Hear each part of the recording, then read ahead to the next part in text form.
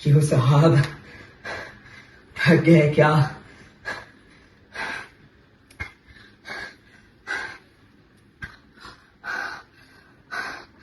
आपके ये टॉर्चर मेरा बयान नहीं उगलवा सकता साहब।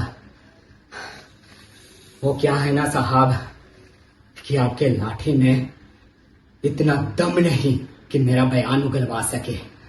बयान उगलवाना तो दूर की बात है साहब, मेरी मर्जी के बिना आप मेरे मुंह से एक शब्द भी नहीं निकलवा सकते हैं। लेकिन आज आपका दिन अच्छा है साहब।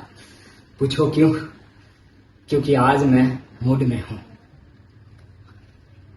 चलिए साहब, टेप रिकॉर्डर ऑन करिए। चलिए चलिए साहब, मैं मजाक नहीं कर रहा हूं, रिकॉर्ड करिए मेरा स्टेटमेंट। हाँ तो साहब, आप यही जानना चाहते थे ना कि एक सीधा साधा संस्कारी लड़का आखिरकार एक कातिल कैसे बन गया। आप ये भी जानना चाहते थे ना साहब कि मैंने उन सभी लोगों को क्यों मारा और कैसे मारा। मैंने जिन जिन लोगों को मारा हूं ना साहब, वो कोई राम वाम या फरिश्ते तो थे नहीं। वो सभी के सभी साले भ्रष्ट नेता थे जो पावर के दम पर सिर्फ और सिर्फ अपना मनमानी करते थे। सत्ता मिला था उन्हें सेवा करने के लिए, लेकिन सत्ता को वो अपने बाप का जागीर बना बैठे थे। पूरे देश को गुंडा राज बना दिया था। करप्शन, रेप, मर्डर और न जाने साहब क्या क्या। बेचारे गरीब लोगों पर अत्याचार करते थे जैसे वो लोग इस देश का अपना कोई अस्तित्व ही नहीं रखते हैं। भेड़ बकरी कीड़े मकोड़े हैं जो उन्हें कोई भी मार देता है। बेचारा गरीब इंसाफ मांगता रहा, लेकिन उसे सिर्फ और सिर्फ मिलता रहा तारीख पे तारीख। कानून तो सिर्फ गरीब लोगों के लिए है ना साहब। बड़े लोग जुर्म करके बाहर खुलिया मजे से घूम रहे हैं।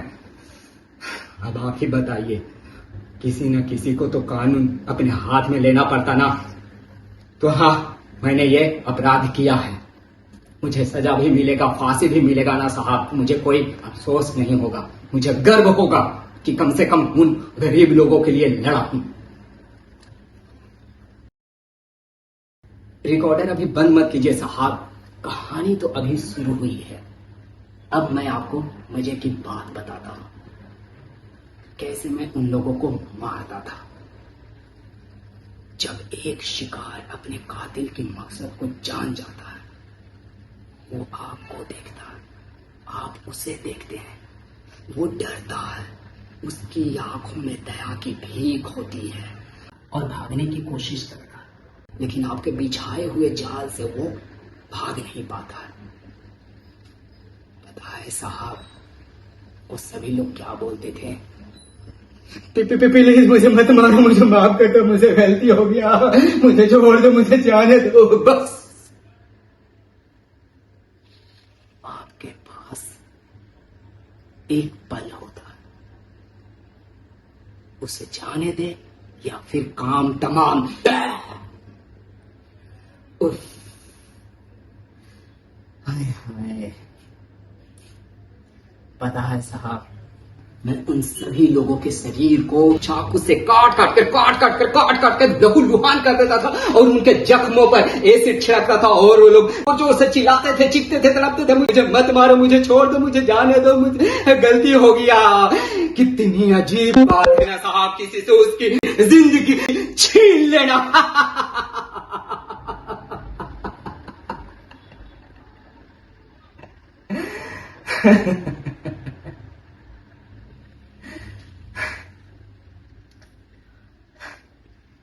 यकीन मानिए साहब, मुझे उन सभी लोगों को तड़पते हुए देखकर बहुत सुकून मिलता था साहब।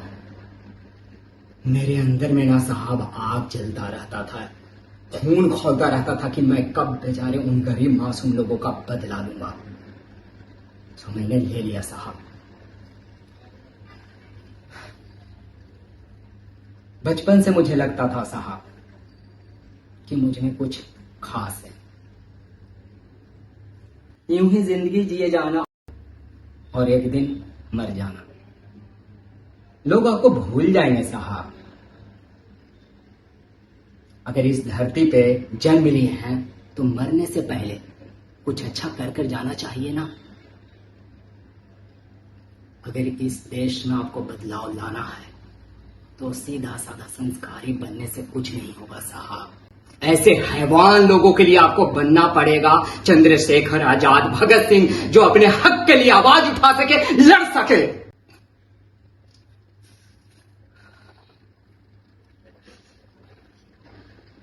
अब आप मुझे अपराधी कहेंगे और हाँ, वो शायद ठीक ही होगा, लेकिन मेरी कहानी एक सिर्फ अपराधी की नहीं है, उस इंसान की भी है जो इस देश से उसे कुछ उम्मीदें था, जो उसे कभी मिला नहीं।